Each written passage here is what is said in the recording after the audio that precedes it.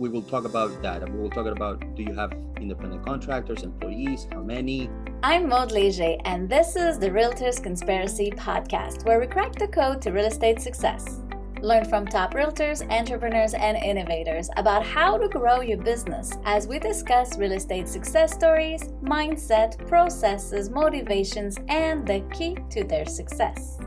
Check out our podcast episodes every Monday to crack the code to success for your real estate business.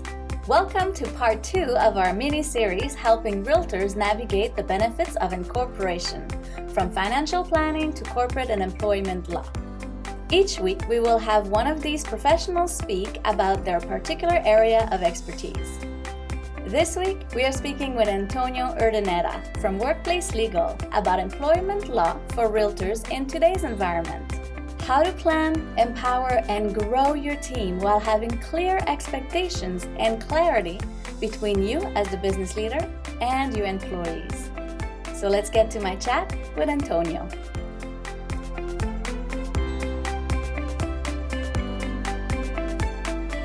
Hi Antonio, thanks for joining us on the episode today, and tell us, how do you help real estate agents and business leaders with their employment issues?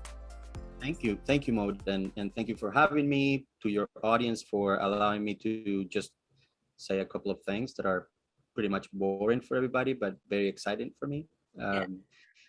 So I'm an employment, labor, and workplace human rights lawyer, and I focus on assisting employers to understand the rules around employment relations. And one of a few things that we can do with realtors who are actually employers is to set up their infrastructure around documents. And what I mean by that is to have the right contracts in place. If they didn't have it before, they didn't have an employment agreement in writing, but they have now 4 or 5 employees or maybe 10, and now they need to have more certainty in the relationship. They would like to have the conversation around having an employment agreement. The second thing that they would like to have is policies. There are a couple of policies now that are that employers have to have, and it depends on the number of employees that they have. So under 5 employees, there will be certain conditions. Over 5 employees, there will be other conditions, and over 20 employees and so on. So the number of employees is important, but generally speaking, they will need to have some sort of health and safety understanding of the workplace, and also prevention of harassment, which is very important. A new thing that came out now, which is also a mandatory policy, is so that they have to have it, is a policy, a written policy on disconnecting from work, known as right to disconnect. So all those things, not just having the documents, but also understanding these tools will help them just focus on the things that they like to do, which is the transaction, and use the documents when they need to use it for the employment relations. Yeah, I think that's a big one, because real estate agents, they sometimes work late at night or on the weekends, and start growing a team as a need to compensate how busy they are. So the right to disconnect is a new important law that you mentioned is coming up. How would a realtor know where to get information about that? So there is online, you can access the amendment to the Employment Standards Act that includes now the written policy on disconnecting from work, which is the right to disconnect. And they can see all the mumbo jumbo legalese there. However, there is a lot of information online. Now, what it's important for them to know is, and I'm excited about this topic because it includes a little bit of technology and it includes a little bit of legal. So having this policy is not just about compliance with the law, but also understanding the software they use to communicate, or the tools they use to communicate. So for example, if they communicate via email, we know that we can set up our emails to go out at specific times, so we don't have to send it right away. So if I'm working at midnight, a good practice would be, I'm not going to send to my employee the email at midnight, but I'm going to just schedule that email to go at 8:30 in the morning, so I don't have problems with that.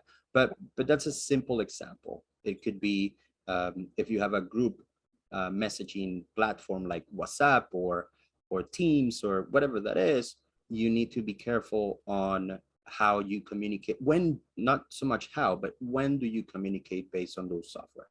And that's a conversation that needs to happen, understanding the workplace culture. Do you call your employees? Do you text your employees? Do you send emails? How do you communicate? Do you tell them go to the coffee shop in the corner and let's have a chat about the next things, and it's the weekend? So it's important to understand the workplace culture. It's important to understand the technology use, and then frame it within that legal lease that I mentioned before. Yes, and you're helping realtors part of the incorporation process through dealing with employment. How do we set an appointment with you, or what do we go through once we first meet with you? Yes, so I like to know businesses in general, Mhm. and I enjoy getting to know people, getting to know what they do, and having a conversation with me can be done by booking time through my website, and we can have a chat about goals and business plans, especially if they want to grow and have more employees, headcounts. Yeah. It's good to have somebody that can guide them in that planning from the legal perspective. Yeah. What kind of questions would you ask a realtor to help them do that planning, or what's the thought process going through this? So we will talk about, do you have independent contractors, which I know it's a first step that every entrepreneur would like to start with, because they don't have many hours to give to a person. But then when they get busy, that independent contractor becomes an employee and they need to continue hiring people and staff. Now, we will talk about that. We will talk about, do you have independent contractors, employees, how many, how is the exactly what do you do with them, how long, and all that conversation around circumstances between them and these group of staff, whether employees or independent contractors or both. Mhm. And then we will go with, so let's talk about compliance.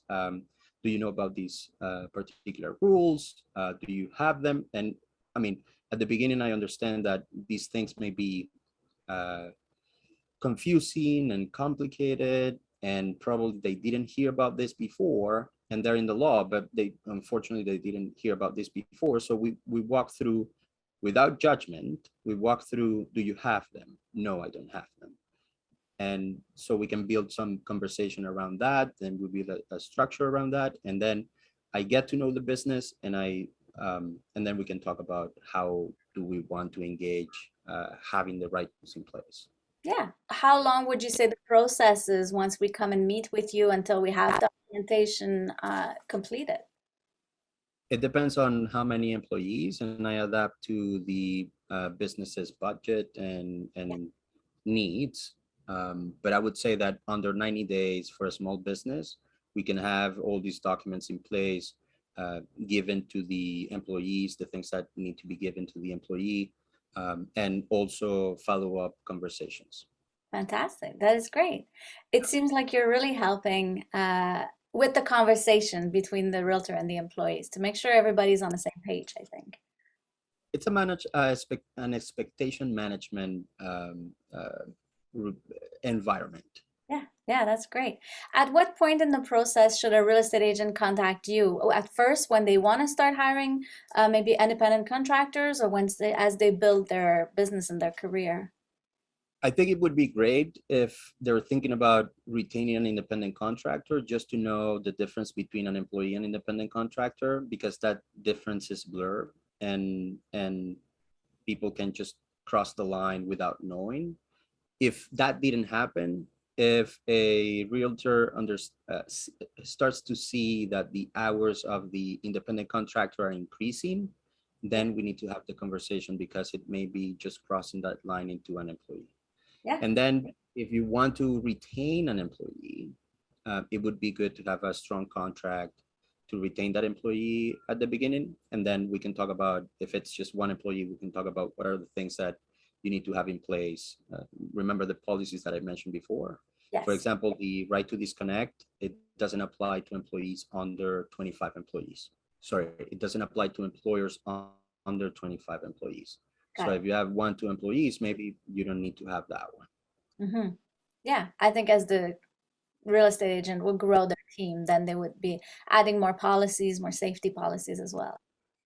That's correct. It's Yeah. important to have employment agreements very clear in writing at the beginning before the relationship starts. But if it didn't happen, there are ways that we can set those expectations in paper and just control legal exposure. At the end of the day, it's controlling legal exposure and that everybody knows what everybody's entitled to, what everybody's supposed to do, and things like that.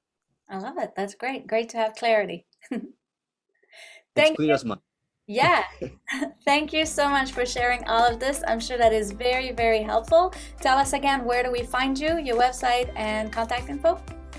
Thank you. And my website is workplacelegal.ca, and my email address is the same ending, antonio@workplacelegal.ca.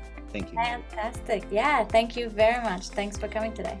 Thanks for joining. Subscribe to our podcast, Realtors Conspiracy, today. And tune in next week as we continue this mini series on the benefits of incorporation for realtors.